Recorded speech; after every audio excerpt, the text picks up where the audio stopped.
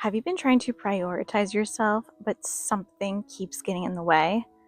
We all know that rest, hydration, time for ourselves is good for us and our healing. So why don't we do it? Why don't we stick with the changes? If these questions have been on your mind, this video is for you. Hi, I'm Kathleen, and welcome to a safe space where I'll help you reconnect your needs and reclaim calm and energy. We all have very real barriers to prioritizing and nourishing ourselves, and even removing the things that drain us. And I started talking about these barriers in my last video, but today I want to dive deeper and talk more about the barriers and soft strategies for working with them.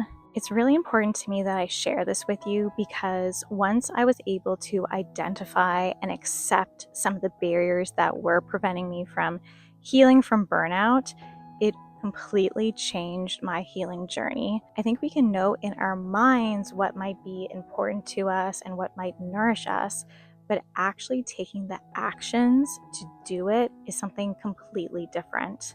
And that's where barriers come in. I want to help you understand the barriers that are making it hard to make changes for you. And I want to package this up for you so that your journey can be easier than mine was.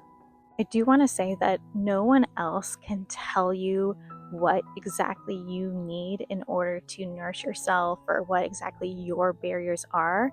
My hope is that by providing examples, walking you through this, it sparks something in you that makes you realize some of the barriers that are there that you may not have paid attention to up until now.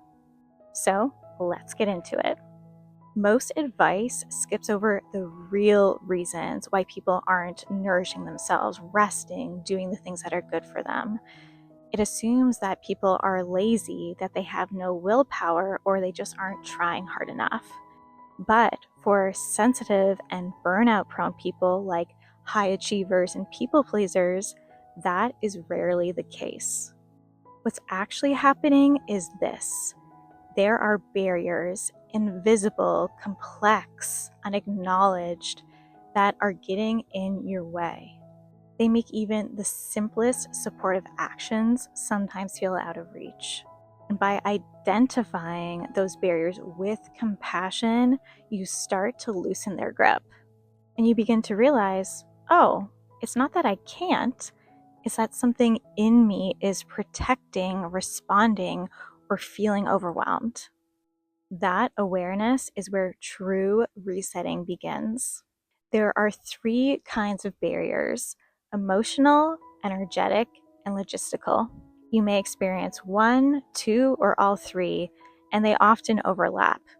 None are your fault, and all can be worked with gently. These also aren't excuses. They're valid constraints that deserve to be acknowledged. All right, so let's get into the barriers. The first, emotional barriers. These are the beliefs and feelings that block you from prioritizing yourself. And they're the beliefs and feelings that came from somewhere outside of you, other people's expectations. Some examples include feeling guilty about putting yourself first, fear of seeming selfish or dramatic, perfectionism, so thinking, well, if I can't do it right, I'm just not going to do it at all, and shame around needing help. If some of these are already resonating with you and you're wondering why that's the case, my guide that I'll link below goes into depth into the myths that we inherited that make us feel a certain way and isn't how we truly feel on the inside. Okay, next, energetic barriers. These are body-based and nervous system responses. They're moments when your energy is just too depleted, frozen, or stressed to engage in self-care. They might feel like overwhelm that turns into paralysis, a deep fog or dissociation, or a drive to do everything and stay productive. I experienced this a lot when I was burnt out from my corporate job. When I would open up my laptop, my mind would often go completely blank. It felt like I couldn't think. And then when the opportunity for rest would come, I would still just fill it with my to-do list, scrolling, just things, because it still didn't feel safe to rest. My body was still in this constant stress mode and it didn't know how to actually slow down, rest, and recover. Next, logistical barriers.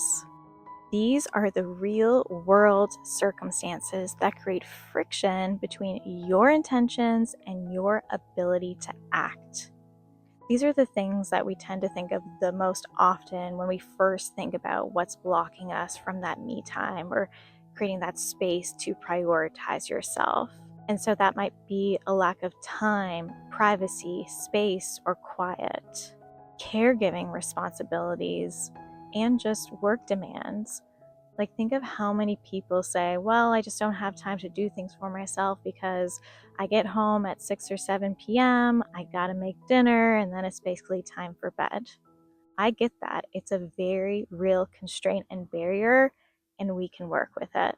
And that's the good news. We all have these barriers, but there are strategies we can implement to work with them and not against them. So let's get into these soft strategies and take what feels right and leave the rest. Okay, so soft strategies for emotional barriers. First, reframe the narrative. Invite kinder inner dialogue that affirms your feelings and needs. So often we have this harsh self-talk that tells us we aren't good enough or we're struggling because we're doing the wrong thing. Instead of saying to yourself, oh, I shouldn't need this much rest, say, well, of course I need this much rest given everything I've been carrying. For years, I knew I needed more rest than what it seemed the average person needed. I knew I needed breaks. I knew I couldn't go to work to a busy event without any breaks in the middle just for me. And I truly thought something was wrong with me. I thought there was something wrong with my energy, but that's just how my energy is. And of course, I need a break between those things.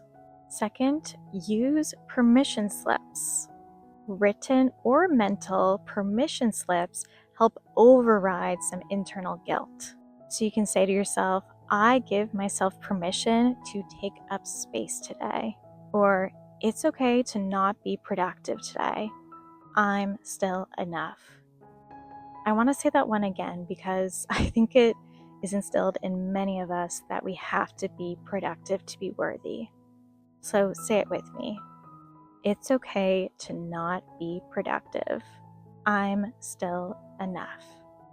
And next, ask, what would I say to a friend? And this is a friend who you genuinely care about and want the best for. That can help interrupt some of those critical thoughts if we're thinking about someone we truly care about. What would we tell them if they're having a hard time? Next, let's get into soft strategies for energetic barriers. First, match the energy, then shift. Don't force yourself to be productive. Don't force a productive state. Instead, meet your current energy. So if you're anxious, try shaking, humming, or a grounding touch, like touching your heart to your chest or putting your feet in the grass. And if you're foggy, try light movement, cold water on your hands or face, or fresh air. Second, rest without earning it. Let your body have what it needs without justification. So lie down midday even if you didn't get much done. And let tiredness be the reason, not a problem to fix.